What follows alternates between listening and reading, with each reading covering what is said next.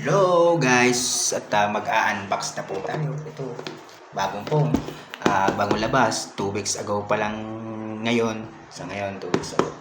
At, 10K lang to, Y27S Vivo. So mag-unbox tayo. Charan! Okay, mano naman dyan, mag-report na naman sa akin. Hirap pa naman, may nagre-report lagi sa akin Facebook, tapos TikTok. Magkakaroon na rin akong TikTok, hayaan nyo. Dahan-dahan natin. So, ito na. Ang ganda na po ng phone niya ngayon, oh. So, parang, ang ano niya, ang model V2222 mobile phone. Meron na po itong 8GB and 256 GB.